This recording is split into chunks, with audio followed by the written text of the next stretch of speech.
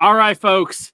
This is the aftermath. We are here. We are going to be very busy tonight on the Big Gold Belt Wrestling Podcast. It is the week after WrestleMania, so we will unpack WrestleMania. We're going to talk about the Raw After Mania. We're going to talk about what was great at WrestleMania, what was bad at WrestleMania. We're going to talk about, oh my God, there's so much other stuff going on. WWE has bought AAA, and my God, let me look up here. The Rock. The Rock might be the biggest story of all. I don't know. Folks, we have a lot to get into. Get ready. Your Big Gold Belt Wrestling Podcast starts right now. Big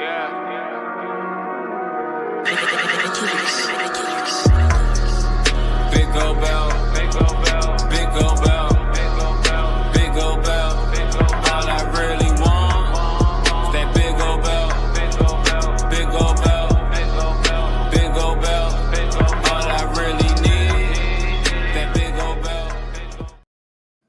Thank you for being with us here tonight on the Big Gold Belt Wrestling Podcast, Season 5, Episode 12. And folks, this may be our most packed episode we've ever done. The next hour, we have a lot to cover coming out of WrestleMania and all the surrounding stuff that went down in Vegas and even stuff we weren't supposed to hear about, apparently, that has now leaked out. So Roast of WrestleMania may even make it into the show, folks, because there is a lot going on. First of all, I am Will in the center of your screen. To my left is Damian G down in the Lone Star State. To my right is the Giant Crab Jamal. And Damian, I'm going to ask you one thing real quick. Since you were in Vegas, you went to WrestleMania events. You were there. Do you have the WrestleMania sickness? Did you bring it back? Yes, I do, actually. I did bring it back. I did. I've been out of the office the last 2 days. It didn't hit me until Wednesday. So Wednesday morning, I was out of commission, and this morning, not even any better. So I took the last 2 days off. So yes, I warned everybody last week, every damn time, every year, the WrestleMania ick, or however you want to call it, it hits. Aftermath always hits. All right, folks, let's get right into it. WrestleMania last weekend, Saturday night and Sunday night in Las Vegas at Allegiant Stadium. There is no way we can go into everything and get stuff done tonight. So we're going to keep this show moving in the best way we possibly can. So let's talk about night one real quick. And the way I want to do this is highs and lows for each night, because I think it's the only way we can do it. There's no other possible way, I think.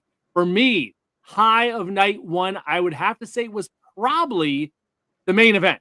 I thought Seth Rollins, CM Punk, Roman Reigns, I thought that match, I had pretty high hopes going in with all the stuff they had interweaved together. I thought they pulled things off great. I thought it ended night one on a great note. Thought overall, hell of a main event. If anything, it probably exceeded my expectations because I just wasn't quite sure how they were going to hit all the notes they needed to hit for that match. As far as a low point of night one doesn't have anything. Well, it might be, for me, it might be the El Grande Americano and Rey Fenix match. Ray having to sub in there for an injured Rey Mysterio Jr. And it just kind of felt thrown together. I'm glad Ray got, out of nowhere, Rey Fenix got like a WrestleMania moment. But that whole part just kind of felt slapped together. I will say this, as far as my night one low night goes, not as bad as anything coming up on night two. We will get into some low lights for sure. There's my low lights for night one. Damian, let's go to you since you were there. What for night one for you? What's your highs and lows? Low is every match that wasn't the main event. For me, it just didn't hit a lot of woo-ha. As you were talking, Will, I kept thinking about Jacob Fatu winning the U.S. title just because of the work he's done to get to this point is a high point. But the rest of the card, saying the main event, we all kind of knew what the end of that match was going to be with Heyman siding with Seth. It was just how they were going to get there. And kudos to them. That's my high. They actually exceeded my expectations, like you said, because I all thought that it was going to go paint by numbers and Heyman was going to betray everybody. But the way they went there, the emotional pull that they took to get there, for me, was the biggest high of night one. All right. What's your low point? Tiffany Charlotte. And y'all know me. I love me some women's wrestling, but when I say it dragged. And I'm gonna say this: I'm not blaming Charlotte. I'm blaming the fact that Tiffany's not ready. And it just showed that Tiffy, for all her pomp and circumstance and athleticism, she can't really work a match. And with a rusty Charlotte, as I said on this show, I'm concerned about the ring rust. With someone as inexperienced as Tiffy, I was proven right. So that was my low point. Okay. Right quick, we have good morning greetings from Abu Dhabi from Tasha coming in, and our good friend Cupcake is here once again saying, Davian, you are a lucky guy, I guess, from you getting back from Mania and making it there. And Cupcake says, Charlotte needs to retire. Lots of feelings about Charlotte. I don't disagree with that. I don't disagree with that. Good to see you as always, Cupcake. Crab, let's go over to you. Night one, highs and lows. Oh, you might be muted. Yeah, I'm sorry about that. High is Jade versus Naomi. I think that was a pretty damn good bit of 10 minutes. Low, everything else. It wasn't because everything else was just universally just bad. It was, some stuff was worse than the other. But it's just a lot of stuff that I didn't care about. It didn't feel like WrestleMania. It felt like a Raw Super Show. And not even like a good Raw Super Show. It just didn't have that something that WrestleMania has. And maybe it was because there weren't any gimmick matches in night one. A lot of mixed man, triple threats and stuff like that. But it wasn't a steel cage. It wasn't the Andre the Giant Battle Royal. It wasn't something over the top that would add to WrestleMania. So just give me a good match. And the best match on the card for me was Jade versus Naomi. All right. There you go. So we got that, and rest of the show for night one, low point. I can see that. It was very odd night one in some ways. All right, on to night two. I will go with the opener for night two as my high point. Io, Bianca, and Ripley, they tore the house down. Those ladies set the standard, and I think coming off of night one, it needed that big match. And Laura's, I saw people online saying, oh my God, they blew the water out of anything that happened on night one. All three of them delivered. In a lot of ways, I think the ladies carried this weekend in a lot of different ways. We'll probably get into that as we get into other stuff that happened. But Io, Bianca, and Rhea absolutely killed it for me. I am not going to say the main event, though I probably should as my low point on night two. But personally, I'm going to go with Logan Paul and AJ Styles. Because that is, you said Charlotte and Tiffany dragged Damian. That's the match that dragged for me. That match just 1750 looking at it right now. And I'm like, I swear that got to the point where it's kind of like, oh, this moving along. I don't know. It not that the match was like horrible, but it was way longer than it needed to be. So I think that was my low point on night two. Damian, let's go to you again. High point, it's the ladies. Leading off night two, I was just ingrained in the match the entire time. I was applauding throughout the match. I was so happy to see all three of them work well together. And yes, they blew everything out of the water from night one going on to night two. The low point, I'm not going to take the low-hanging fruit and say the main event. I'll say one part of the main event was my low point, and it's Travis Scott. He himself was the low point. But I will say he does take a really mean crossroads. Aside from the rest of the card, you know what? Good on Dom. That's the other thing I'll say. Good on Dom for at least one night being the ultimate baby face of the company. Dominic had his night. That was for sure. I'm sorry, Crab. Go ahead. Yeah. Night two, rather. High point has to be the opening match. That was, a pretty damn good match. It did exactly what you would want an opening match to do. Set the tone for the rest of the show, get everybody out of their seats. And that's, it absolutely did that. It would be easy to say Logan Paul versus AJ Styles because talked about this last week. Kind of sick of Logan Paul getting these like high profile training wheel matches against the guys that he knows that will not outwork him, but elevate the hell out of him to a level that, that's better than his last match. But what I will say, the actual low point would be the tag match after that. Valkyria and Becky Lynch, who returns and gets immediately thrown into a championship match, which no one seems to have a problem with. Okay, fine. Charlotte does it. Everybody bitches. But then you have versus Liv and Raquel Rodriguez. My problem is this was the match that I was not necessarily looking forward to, but this is the palate cleanser that I wanted after Logan Paul versus AJ Styles, and the palate cleanser was anchovies. That's not, So then you sit through 18 minutes of Logan Paul and AJ Styles, and then you get this thing. Oh, the big pop return. The man is back. Okay, cool. Oh, damn, they actually won. Well, the match wasn't great. I don't know what the story is. Who cares? Oh, they're both Irish and women, so they're friends.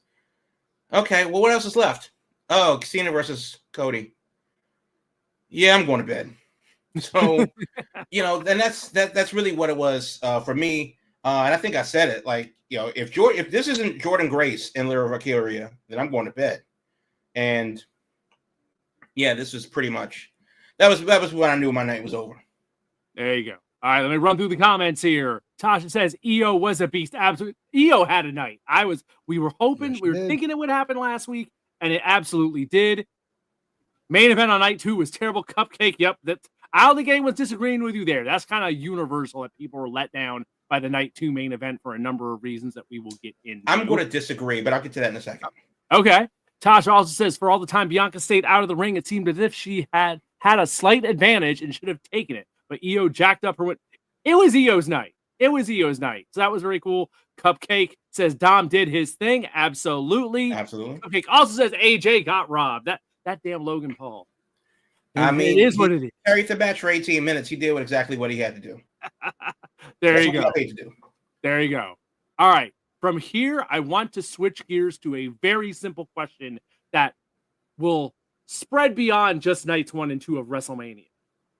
What was your favorite match of WrestleMania weekend? Damien, I'm going to go to you first specifically. Ooh. No, you were there. So I saw the stuff that was going on too, but you clearly saw more than us. So the entire weekend. Best match, favorite match.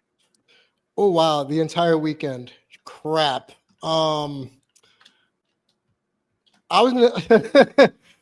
said in our group chat, I'll say it here. I can see why Crab loves Tokyo Joshi Pro, because I went to that show and it was so much fun that even if you weren't aware of what that place is or what that promotion is, it was fun from beginning to end. I got to admit, it's probably the most fun I've had at a wrestling show in a long time, just because it blended all the things that I tend to like, J-pop, wrestling, just comical stuff. And I just thought it was amazing. The second one, if we're going 1A, 1B, it was the Miyu Yamashita match versus Natty. Just because if she wasn't a star by now, Miyu needs to get signed to an American promotion as of ASAP. I want her to be on my screen more often because I was that impressed by her. Yeah, that was a hell of a match. I really enjoyed Natty and Miyu. That was fun. Crab, over to you. Favorite match from the weekend. I really like the NXT Championship match. Oba Trick, Javon Evans. I thought that was great. The NXT show was fun from top to bottom. Yes, it was. But that's also what we said last week. Like top to bottom, there isn't a match that's like super skippable. Yes, there is some difference between the top and the bottom, but damn, that's a good show overall. There was a match that I saw. It was Tokyo Joshi Pro versus DDT versus GCW, I think.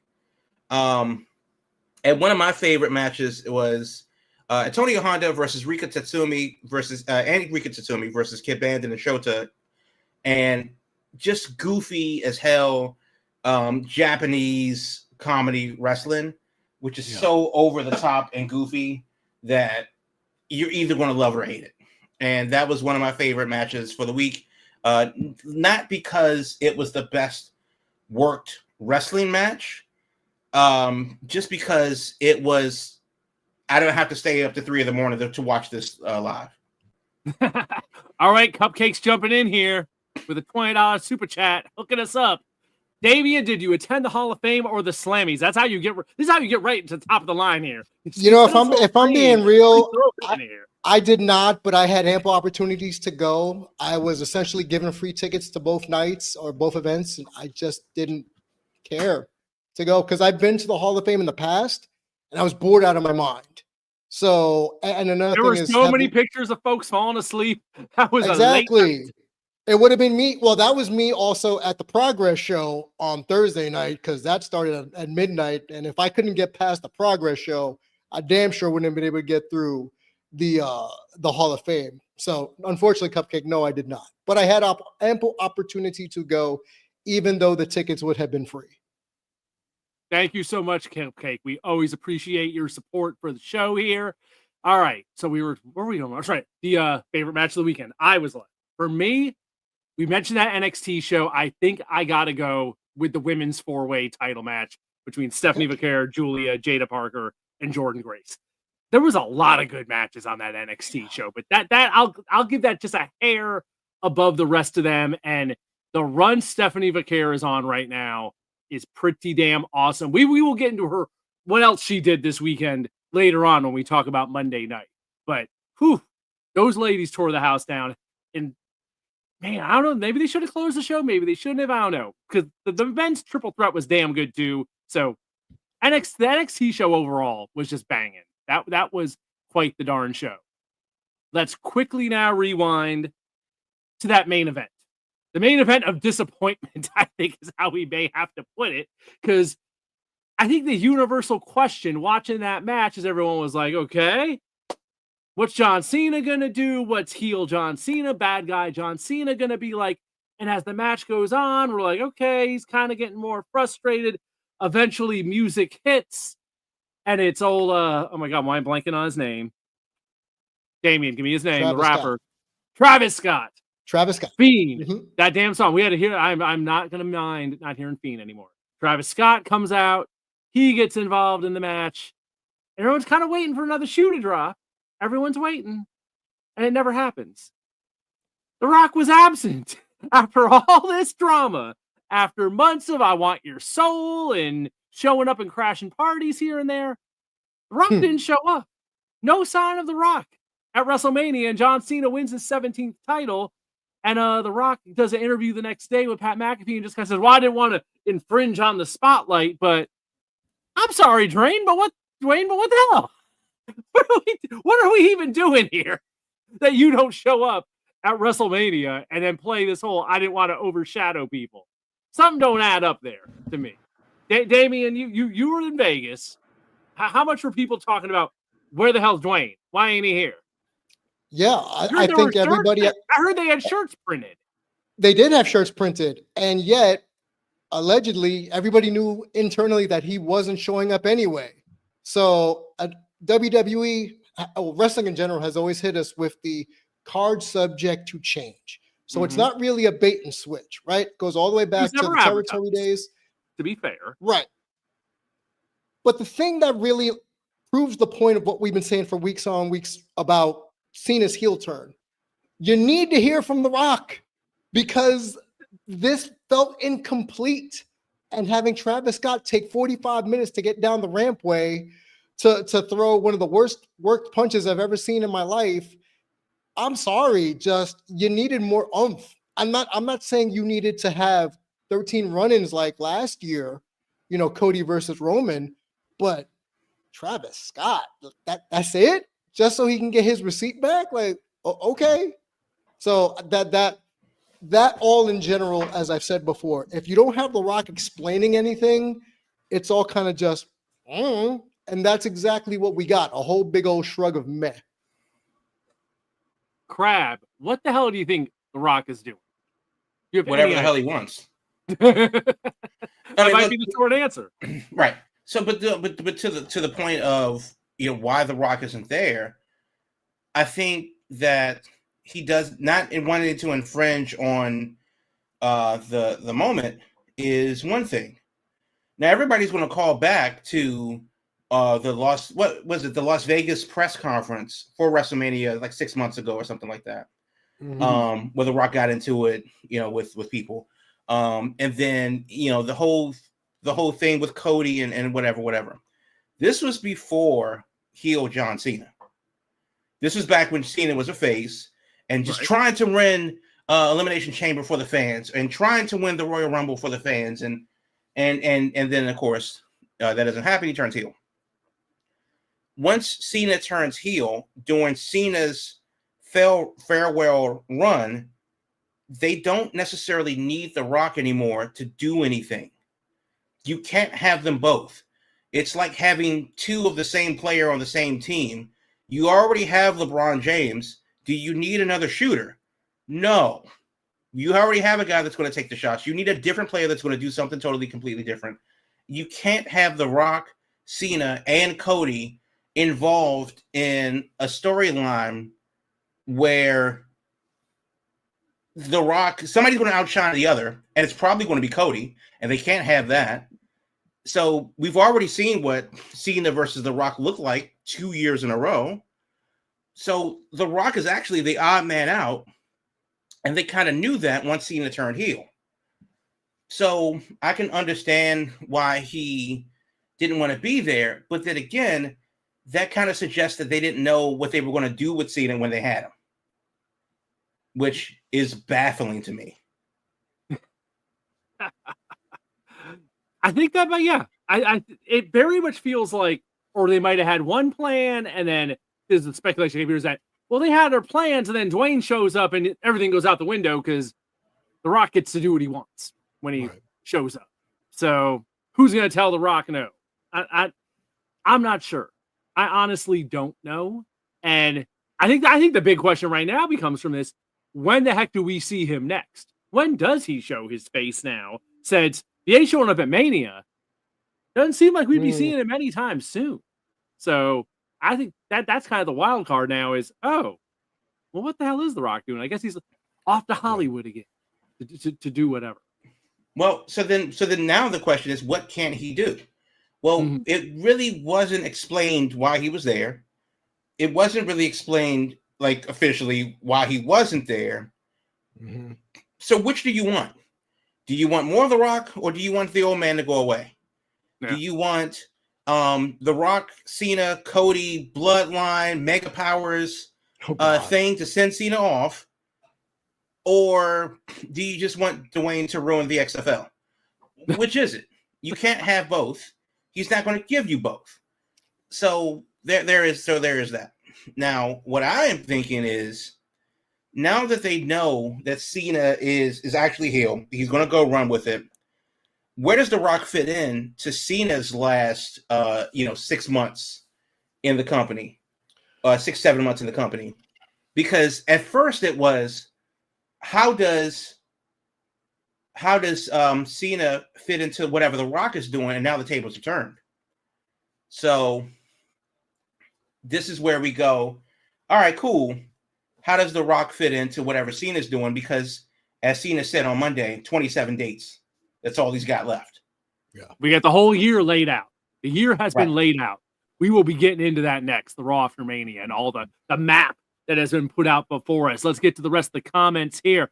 Cupcake did buy some Cena gear. There you go. He is your 17-time champion. So there you go. Got to represent the 17-time champ. And JS on YouTube, Goldberg is going to return and beat Jay for the belt. We didn't mention Jay Uso, your no world heavyweight champion. Goldberg, huh? Okay, maybe. I can see it. I mean, Goldberg is rumored to be coming to do something. So this is his last year, right?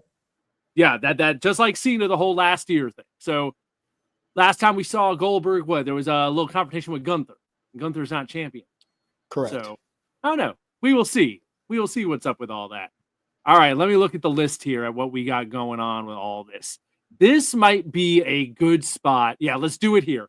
Let's take our mid-show break, and then we'll come back and we'll talk the Raw after WrestleMania, since there was a lot that went on there. Folks, this is a packed show tonight. We are so glad you are here with us. So stick with us, your Big Gold Belt Wrestling Podcast. We'll be back right after this. Looking to get your brand in front of people who eat, sleep, and breathe entertainment? Big Gold Belt Media is the place to be. We're all about reporting on movies, TV shows, conventions, and everything in between. and we want your brand to be a part of the action. Partnering with us means your sponsorships get featured right in the midst of our content. Plus, we're going to hype you up on all of our social media, connecting you with an audience that loves discovering new things from trusted voices in entertainment. We're easy to find. Just look for us on Big Gold Belt on all your social media platforms. Don't wait, reach out today, and let's start building something amazing together. Your spotlight is waiting here at Big Gold Belt Media, biggoldbelt.com. Thanks for being with us here tonight, folks, for your Big Gold Belt Wrestling podcast. It is a busy week in wrestling with WrestleMania and everything WrestleMania Weekend covered. So we're going to move on from that now to the night after. We will move on to the infamous Raw After WrestleMania that I would say for the past few years, probably for kind of a while now, the hype's always been there, but it hasn't lived up to Raw After WrestleMania for a while. This year, though, I thought they hit a damn home run. I was like, oh my God, what is this show with all these things happening and twists and turns and new directions being taken? And I don't know. It's been a while since Raw After WrestleMania felt like a really big deal to me, but this year they did it. So let's talk about first how they open the show. John Cena comes out, 17-time champion. As Jamal mentioned, he laid the groundwork for the rest of the year. I got 27 dates, and they're not all going to be matches. He made that very clear. So 27 dates, and then he is riding off into the sunset. So we have our plan for the world title. The game is essentially going to be who can beat John Cena if anyone can do it. And it looks like first up is going to be Randy Orton as he snuck in the ring, hit a RKO, and coincidentally, would you look at that, Backlash in a couple weeks is in St. Louis. The puzzle pieces just fit together just like that. So it looks like Cena and Orton will be first, running back, hell, all-timer feud between those two when that's stretched like a damn year. So I know at the time I was sick of it. They were wrestling so damn much, but it's been a long time. We're going to get to see it. In a lot of ways, I think this is going to be the John Cena Greatest Hits Tour this year of revisiting stuff. So Damian, what do you think about the deal? 27 dates, John Cena's year ahead. If you can get away with it, by all means, do so. And I like the way it was explained, in a sense, by Cena, saying he's the last real world's champion, that he plans on retiring, that specific title. So way back when, let's talk about when we were all younger, we never saw the world champion, but wrestle more than 1-2 times a year tops. So this is staying in that same vein, right? When we only had a big 4 pay-per-view. So we had Brock as part-time champion in the past. We barely saw him. When Dwayne beat Punk all those years ago for the title, we barely saw him leading up to Mania. So this is all par for the course. And the fact that we're leading off with Randy is the one surprising thing about all that, despite the fact that it's in St. Louis. I would have saved Randy for last, but the fact that we're doing it first is quite intriguing for me. But 27 dates. The last time is now, as the handkerchief says. So I like the way they're running with it. We're gonna get a Cena that just looks grumpy all the time, that would rather be doing anything else than being in an arena full of fans. So even going off of his meet and greets with the quick handshake, like you graduated and then you go off stage, like I thought that was amazing, in keeping with the character and not being Mr. Loyalty and Respect. So I like it. I'm just surprised that we're doing it with Orton, with the location of St. Louis notwithstanding. All right, Crab, we all predicted Cena winning. So here we are, 27 dates, like you said. How's that year ahead looking? How do you think that? Do you think is this gonna click? Is this gonna work? Is it going to work? No, because the internet is absolutely going to find some way to shit on it. But what does those dates look like? I think it's his greatest hits run. He only has 5 to 7 matches that he's going to actually do. He has 27 dates, which means that he's going to show up at 27 shows. And of course, if he has a match, he's going to need 2 or 3 shows to promo those matches. he doesn't really necessarily need a feud because of the fact that there's nobody to feud with. You're going to get Orton. Okay, fine. We know that that's coming. There's nothing that you really need to do between now and then to hype the thing because it's Cena versus Orton for the title. Correct. That's at least one date, probably a couple more before the weeks of the pay-per-view, and then rinse, wash, repeat. So we're talking 3 matches this month, 3 dates this month, 4 dates in a couple, and then he's probably going to go to Saudi Arabia one last time. So that's another date. You got the big pay-per-views coming up throughout the summer. Yeah. I don't see how he doesn't have another 5 to 7 matches left in his left on his card, even though it is 27 dates. And that's and again, these are 27 dates. This doesn't necessarily mean 27 live events. This doesn't necessarily mean 27 matches, certainly not. But 27 dates could be 2 days of travel to the UK, doing press one day, and then SmackDown on another day before the pay-per-view in August, or whatever the situation is. So, and you know how WWE loves to count. He could be at 15 dates next Monday. Just because he's a heel, it just makes sense. Fuck it. Take off 2 dates. As far as since we're only talking about 5 to 7-ish matches, the question, and I'll pose this to you and the audience out there, is we know it's Orton. Crazy outside the box thinking, who would you want to see? And more importantly, who do they save for last? Now, there's still time to get some last time ever matches. Cena versus Goldberg. I honestly think he finishes versus Brock. I think, we're going to get Orton. Who else can they dig up that's well enough to have a match with Cena from his, career? It's the similar run that Daniel Bryan went on in AEW, but obviously AEW doesn't have the legacy to build legacy matches, so they build dream matches. Bryan's going to go to Japan. Bryan's going to go to Mexico. He's going to wrestle with this new young talent, first time ever matches. Well, Cena doesn't have to do that. He's going to go and play This Is Your Life without Mick Foley in that damn sock. So I think it's I like the fact that they've laid it out so that there's no guesswork. We know what it is. He is a heel, so he just gets to lean into it. But I hope he leans into that more. I hope he leans into it, to the point where it's just like, not too much where we say, okay, fine, go away. But give people a reason to want him to lose the title. Because regardless of whether he has a belt or not, he's there to December. So the belt's really irrelevant, which is why he's just going to take it home with him. And they're going to carry on with the one belt that what's his face has? Jey Uso. Yes, Uso. Jey Uso championship currently. Cupcake says Lesnar is a good choice. If they bring back Brock, I wouldn't be surprised. Right. Brock, for one match, I think Cena versus Brock wouldn't necessarily be the match that I need, but I don't like Cena or Brock. But for the fans, I absolutely can see that happening, of guys that are viable and still left. Yeah. Right. There's your CM Punks. There's your Roman Reigns that are obvious. Right. There's Seth Rollins. I'll say this. I think it ends with Cody. He beat Cody. At this point, probably the plan is it ends with Cody.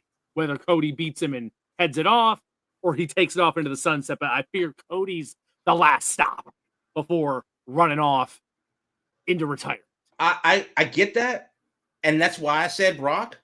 Because Brock would have come out of nowhere. It's the one match. Maybe it doesn't matter if anybody who wins or loses, they could tie and go home together. Who cares? But I really would rather it be Carmelo Hayes. Because if you want to talk about the legacy, because this is what it's about. It's about the legacy of John Cena at this point. And there's 6 months to kind of encapsulate the legacy. And as far as Cena is concerned, as this quote unquote heel, no. He has been that guy for 20 years that has been, uplifting talent and blah, blah, blah, all the things that the internet says that he doesn't. Okay, well, prove it. My last match, step up to the plate, young man. Come and take this belt because I'm going home with it. You don't need a story. It is the story. And then, of course, you do what you then you have the match. But that would answer a lot of questions if he actually put over some young talent, win or lose. Hayes doesn't have to win to be put over. He just has to belong. Would love to see that match happen and seeing it on his way out. All right. More Raw after WrestleMania highlights. We mentioned earlier, Steph Bakir shows up, has a little match with Io Sky. That was a big surprise. I know we're a little instant dream match action that happened there.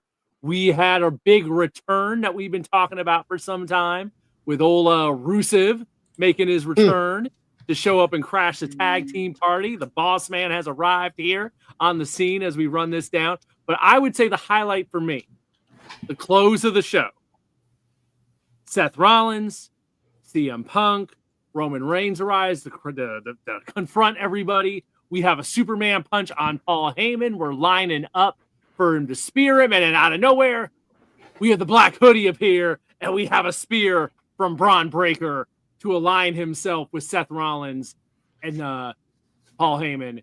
And some people are calling it maybe a new version of Evolution. Some people, as old heads, are talking about it might be the beginning of a new dangerous alliance. But Seth Rollins and Braun Breaker with Paul Heyman, I'm liking this. I'm liking it. It feels fresh. It feels fresh. Damian, thoughts on that? How they left us on Monday night. How it ended, it was interesting just to have a new wrinkle thrown into the mix. You know, I know Braun Breaker is supposed to be the next big thing. I'm not a Breaker fan per se, but I understand why he's being put in that position because he's leveled up past the Intercontinental Championship. So you threw him in there. So I get why he's there. I'm with you on the Dangerous Alliance thing. I know Evolution is probably the number one go-to, but what? So Paul Heyman's Ric Flair in this situation? No. I would say Dangerous Alliance, WCW, go watch that, everybody, and then you'd understand what we're talking about. If I can go back really quick and just say Stephanie Bakir, Io Sky, Roxanne Perez, Julia, we're eating good in the neighborhood, man. Like, if you're a women's wrestling fan, you are loving it beside Booker T dying over there in the corner. I was so happy to see them all appear on Raw that we're in a good space here in the women's wrestling part of the promotion. So that made me happy. And I will say this, Rusev, welcome back. At least you're not playing video games. Cool. That we know of. That we know of. But aside from that, and you said it earlier, Will, the Raw after WrestleMania has kind of been mundane over the last couple of years, despite what the legacy of it is. I didn't see a beach ball, so that was disappointing. So there's no need for CM Punk chance because he already works in the company. So for what it was good, but I'm just glad that we're testing the waters with other things, be it Breaker, be it Stephanie and the ladies there. Good little pieces being dropped. So I'm looking forward now to what SmackDown is going to have in store. All right, since the boss man has joined us, get in here. Do you have any thoughts on Raw after WrestleMania? Is the magic back? It felt a little underwhelming because usually the Raw after Mania feels like the first chapter, the restart. This definitely feels like a lot of continuation, and storylines are still flowing. Maybe there's some adjustment pieces and where programs are going to work next, but it definitely doesn't feel like a restart at all. And I think that's really been the expectation of, or maybe like historically, that's what these Raw after Manias have been. They've been, here's the fresh new start, but it didn't feel like that this time. But yeah, Rusev coming back, that's pretty cool. Really can't wait to see where he's going to fit in with things. I think, much like Damian said, the women's roster is flourishing, continues to be the best locker room in the world, and being able to have more of a synergy between NXT and the main roster WWE, because at this rate now, there's really not that many developmental talent left on NXT. Everybody's fully experienced or then came through the system and showed that they can hang on the main roster via appearances in the Rumble. So it only makes sense that they should appear on both, and it just feels very seamless and not like a oh my god, because like much like you tweeted, Will Roxanne 100% belongs on the main roster right now. But if she didn't, she still will have appearances. She still will have relevance, and it just seems right. It doesn't seem it wasn't like a oh my god, Roxanne is here. It's more like you said. It's more like a about time. Like what took you so long, you know? So if they continue to do that, I think that would be cool. But and then the end, yeah, it will be sort of poetic if they did decide to do an Evolution 2.0, considering Triple H just went into the Hall of Fame and he spoke about the time and how significant of that part of his career was. So why not pay homage to that by launching the 2.0 version of it? But yeah, I think much like the internet's been saying, can't wait to see who might be the last piece added, and that could be exciting. Jamal mentioned Carmelo Hayes. The internet mentioned Carmelo Hayes. It absolutely should be Carmelo Hayes, unless we got a super wild card and went Trick Williams, which I would be. Our friend Cupcake is saying Paul Heyman is now the dirtiest player in the game, old school manager. This is definitely him going back to his roots. It is definitely giving that feel, and that's why I think all us old heads are remembering the Dangerous Alliance and his WCW stable, which I'll say this, if we're talking new members, us old folks are remembering the Dangerous Alliance wasn't all just, the guys. And we did have a turn at the beginning of the show. So we have the husband. Why not have the wife and have the man as part of this new unit and have Becky join up as part of this whole thing and have it cross sides? So, hey, it's just 2025. I mean, anything's possible, I figure, at this point, since we had a very quick Becky heel turn against old Lyra Valkyria. So that's something I'm kind of optimistic about. Like, where is that going to go? Because we don't need another a sort of feud between the two of them. I thought they had a good one already in NXT. So if this is to really get her back on the singles run, get her some quick, cheap gold on the WrestleMania stage, get her back on the roster. It still is left to be determined in terms of where does she go next. As a heel on Raw, I just nothing quite jumps out to me in terms of like who she should work right now. So we'll see. All right. Crab, you want to throw in anything here, or should we move it along? For the thoughts on WrestleMania, Raw after yeah. So the short answer to the Raw after WrestleMania is that we remember when, if you couldn't get into the main show, you had to go to Raw after WrestleMania because that was going to be the place to be after the fact. Whatever was going to happen at WrestleMania was going to happen, but you didn't know what was going to happen at the Raw after. And that was part of the problem. NXT is a full brand, so they can't really surprise anybody by coming there. There's really no one left of the major star power to come out of the indies to show up in WWE, where you would go, oh my God, they're here. And then, of course, over the past 25 years, we've heard, oh my God, they're here. And then now when we heard it on Monday, it was about Rusev? Right. Oh my God, he's back. Oh. And also Alex. too, I just think the indies are less of a secret and more mainstream now. I mean, there's television 100%. for indie shows across the board, and people are working indie promotions. So there's really no one left to be discovered because everyone is working properly to where they're at. So yeah, if Jeff Cobb was to show up, it will absolutely be like, it's Jeff Cobb. No, but that's the thing, though. Cool. Even if it were Jeff Cobb, and that would be cool, we went from they'll never be here to, oh, okay. Yeah, exactly. I mean, the fact that we have the TNA champion on the pay-per-view, that nobody seems to remember that that's the case, is one thing. The fact that we had Natty working WrestleMania event weekend shows, and nobody seems to remember that was the case. All of these things are happening, and just because it doesn't make it to the Raw after Mania is one thing, but it's just like there's no surprise anymore.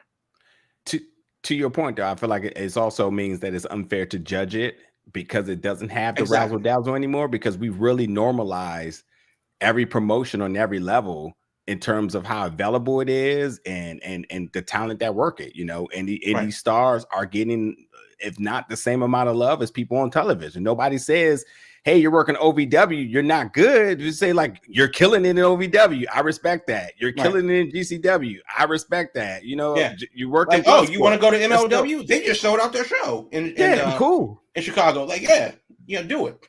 Yeah. So good time. Good times. Yeah. But that time has passed, and I think that the kids, they absolutely mess Rusev coming back. I mean, 100%. But it's still to the point of, because of the internet age, it's killed the element of surprise. And I'm glad I'm old right now, because I can remember when a pop meant something. Michael Cole can't tell me how to feel. So, hey, I will give them this.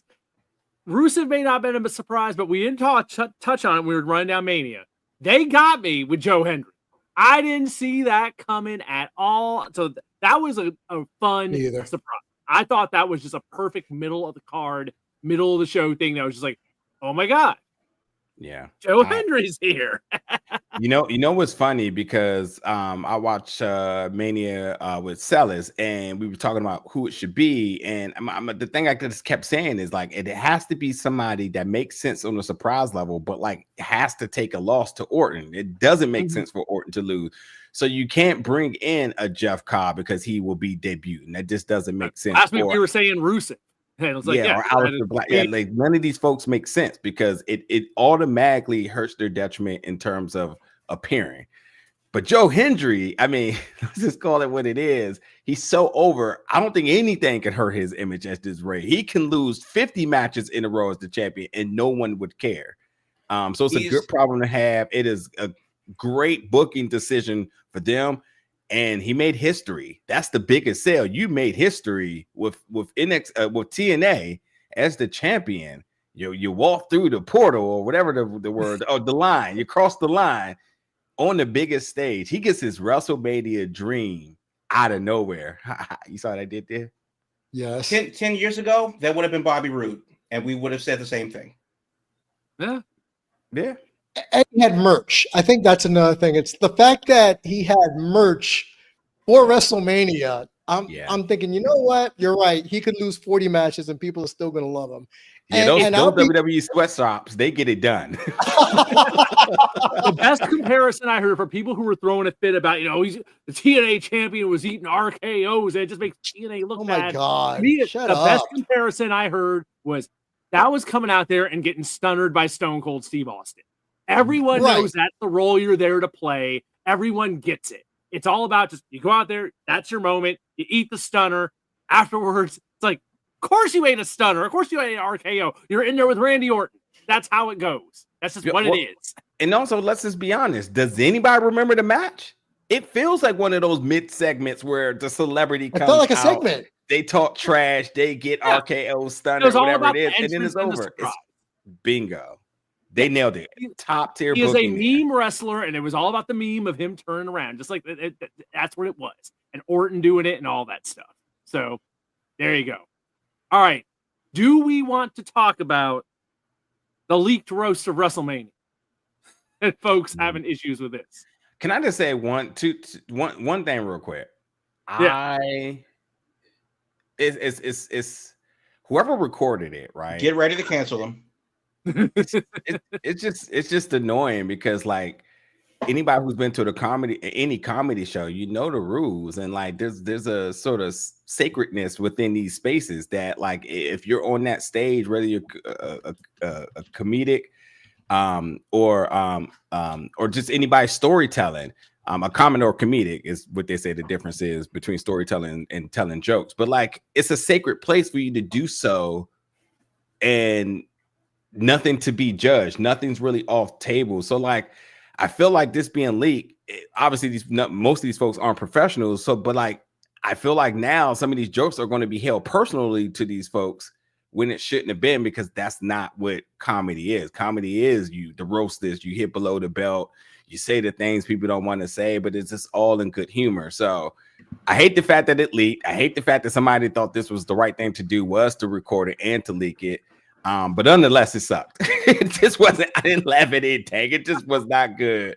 But to be fair, and to be very, very fair, I'm not going to name any names. I've been to wrestlers / ex wrestlers comedy shows. They're not funny. None of them.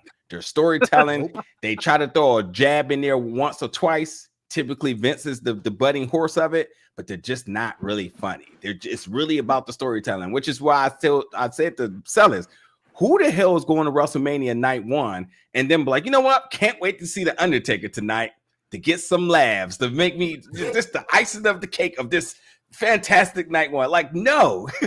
Especially when you're in Vegas, podcast, tons of other stuff you could be doing. 1,000 other things you could be doing. So the entire idea of this, I didn't like from the beginning. It was interesting that they were like, they knew from the jump, we're not broadcasting this. This is like just a live event for there. And they tried to have people's phones all locked up and put in like bags, but someone snuck something in, and I knew it was inevitable. Some shit was going to leak out. And now that it did, folks ain't happy.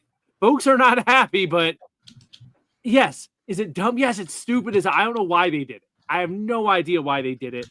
But that said, a roast is a roast. That's like the entire point of it is to be like ridiculous and absurd and over the line. And I don't know, Jamal, we were talking about this a little bit before we went on the air. You got any thoughts about this you want to throw in? Yeah. I mean, so the easy thing is going to be, oh my God, it's a roast. Calm down. Realistically, this isn't the world that we live in, where people can make space for things that they don't agree with. We live in a world today where if it's canceled, it's canceled, and for whatever that means or whatever that's worth. With that said, yeah, a lot of the stuff that I've been reading, because WWE is doing it, they got the internet. If you think that the WWE doesn't have people in the government that can take shit off the internet, they out there. They got Disney's people on it. Mama Linda, you remember how we got rid of your stunner? We need that package again. Right. They got the boys on it. They are scrubbing the entire internet. You won't find stuff anywhere. They just hired Doge properly. They say right. For they whatever favors they called in, they called it in. But the point is about stuff and things and people's feelings getting hurt and stuff like that. It is a roast. That's you go out there and you punch as hard as you can, and sometimes a well-placed punch won't look pretty, but you still got hit in the nuts. It's going to hurt a lot more. So it is what it is. Some stuff I saw was a chuckle. A lot of it wasn't particularly funny. I think a better comedian would have been a better roast master. Get Bill Burr out there. Get a bunch of different guys out there. Hinchcliffe, personally, I just don't think he's funny. Full stop. And then if you want to say, well, the jokes are racist and the jokes are misogynistic, we can't have that. You're absolutely right. But they're not telling these things at church. They're telling these things in a specific place where this is what it is, and you can't say that there is no place for it. Don't go to a deathmatch wrestling show. Yeah. Shout out to Time Bomb Pro Wrestling, but don't go to a deathmatch show and then complain that it's a deathmatch show at a deathmatch show. It is what it is. You don't have to be there, and you will be offended. So that's on you if you choose to go. How could people laugh at this? That's the point. Imagine if the fans had that logic. What a better place will be. Wow! Imagine. Just 10% of that, But as far as the individual things that were said, think about it. And this isn't just me as a person that does enjoy a roast, has heard worse things than that. This is WWE that we're talking about. Pick a year, any year, and there's some stuff that you wouldn't tell your mama. There's some topics in WWE that you wouldn't tell your grandmother. There's certain topics that are real. Pick any episode of Dark Side of the Ring, and you know damn well that a better comedian could make fun of that. But the point is that it is, for what I heard, they could have gone a lot harder than they did, and people are mad at what we heard. Imagine what we didn't hear. Mm-hmm. And what I haven't heard, and I don't know if you guys, I haven't heard our Truth set. That's what I really want to hear. Where does Truth weigh in on this? Because if there's anybody on that dais that wanted to talk shit about somebody, it is our Truth, because they have been He has been, Bojangles for 20 years in WWE. And if anybody wanted to make any fun of anybody, it would have been him. And I'm sure he killed it. As far as the jokes, it's all subjective. There are 8 billion people that are not watching the show. And shame on them. Shame on their entire families. Everyone should be watching the show on the planet. But I can't force them to. It is what it is. Subscribe and share. But the point is, we need to get to 8 billion. But the point is that there's going to be people that look at us and go, nah. For whatever reason, they don't like it. It's okay. You can make a space for things that you don't like, and they can't exist in the space where things that you do like. One thing I really quickly say, like the official roast shows that are hosted by whatever his name is. Let's not forget that Pete Davidson dad was a budding joke for like over 10 years. His dad died in 9/11, which they didn't waste no time in deploying that joke. And it's like, God, this is still like very fresh, but like that is the nature of the roast. Tom Brady, the GOAT of football, was subjected to the roast where even things that were said to him obviously could have hit home or hit close with his wife. Well, it did. He got up and said, yo, don't say that shit again. Did he? Yeah. That was a thing where he actually went up to, he was talking about, the joke was made about Bob Kraft and his massage parlors, and Brady, the joke was made about them because wherever Bobby goes, Brady's going to go. And then the joke was made about the massage parlor that Kraft got busted for in Florida. And Brady went up there and said, like, yo, that's right. Don't say that shit again. I'm still an athlete, and I'll fuck you up in the name of Tom Brady. Don't say that shit again. So that was the only time that happened. And doing like, oh, okay. Yeah, let's get the roast of Shannon Sharp going. Let's clock that one. Oh Lord, let's not even open that door. Please no. Get it cracking right now. That'll get us to 8 billion. We get that to get launched. Damian, anything you want to add? I think I'm going to agree with the boss man when he says people aren't as funny as they think they are. And just from what I heard, I didn't miss much. It's just we live in a world where you can't, pardon the pun, you can't roast people like we used to, right? Because we all used to just laugh that kind of stuff off. But we live in a world where just because you don't like something, it's the worst thing that ever happened to society. So a crime against humanity. Correct. Yeah. I think the biggest problem was it being a company sanctioned event that they sold tickets to and allowed the public into. If they wanted to do that as like the WrestleMania after party for like the people that work there, that's a whole different deal. That's like, to me, it's like you do that behind closed doors, like on someone's retirement party or some crap like that. But that they made it an event with the public involved, that's the weird part to me. Yeah, but also again, it is a closed door event. It is not supposed to be filmed. It is supposed to be one of those. No, but you could buy a ticket to it though. No. It was going to be a Netflix special. Yeah, but for sure. But it was Netflix. We know how all these Netflix things before when it comes out. We watched all. I mean, maybe you don't. All the Love Is Blind before they hit the final production sheet. No, but what I think what Will is saying is, how could at least the internet is saying, how could something so obviously abhorrent on paper? There is like the Holocaust, clubbing baby seals, the roast of WrestleMania, Rwanda genocide. In that order. In that order. We'll look at the draft next year and see where we rank, but it's right up there with the Rwandan genocide. I mean, I'm just going to be honest. People watch Fluffy and think he's funny, so there might have been an audience for somebody here. It's not about being funny. It's about the fact because Fluffy and Paul Heyman got into it, and you know what? I'm never going. His name is Gabriel because I'm never going to call a grown man Fluffy ever again. But the point is, we ain't doing that. But what the point is, it's not about being funny. It's about the internet that object to something that is so caustic on paper. This shit is literally poison. It will kill millions if it's released into the wild. It is COVID in comedy form. And you sold tickets to the event. Why would you do that? My thing is, it wasn't as bad as it should have been. Because I'm thinking of the jokes I would have told there. Nothing that I can say right now, because I would like for the show to continue. But if it were me, oh hell no. And we all know it. We all know that there are horrible things that have been said on TV. On Raw, on SmackDown, on Shotgun Saturday Night over Jerry Lawler. Full There's stop. no Just right. Jerry Lawler. Full stop. Jerry Lawler. You can do an hour set just on Lawler. Easy. Just on Lawler. So don't tell me that Nia Jax clapping back at her haters or saying somebody saying that Charlotte got work done. No shit, that Charlotte got work done. No kidding. Right. There's a joke to be made there. I'm not going to make it out loud, but it is kind of the thing, and I think that people are overreacting a bit, yes. And as fast as WWE scrubs it, people will forget about it and move on to the next thing they hate.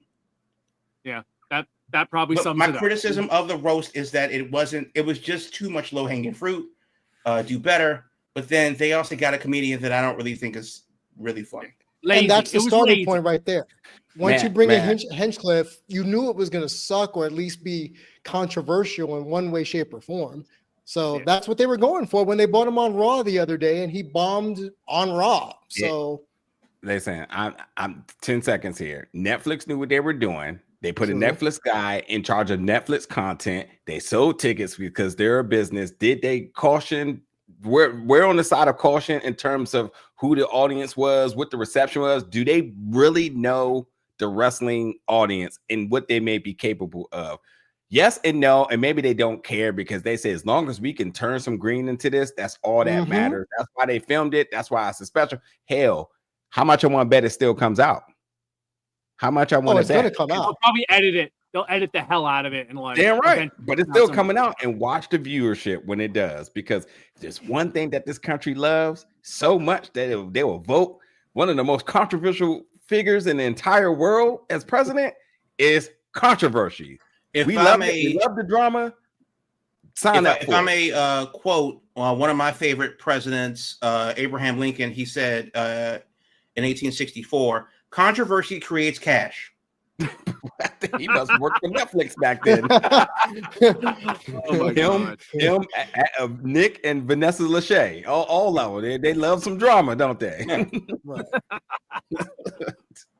We are at our hour, so I think what I want to do is let's save WWE buying AAA for next week, because that's a developing story anyway, and there's not a lot we can say about it other than it's happened and that there's a show coming, and we can say that.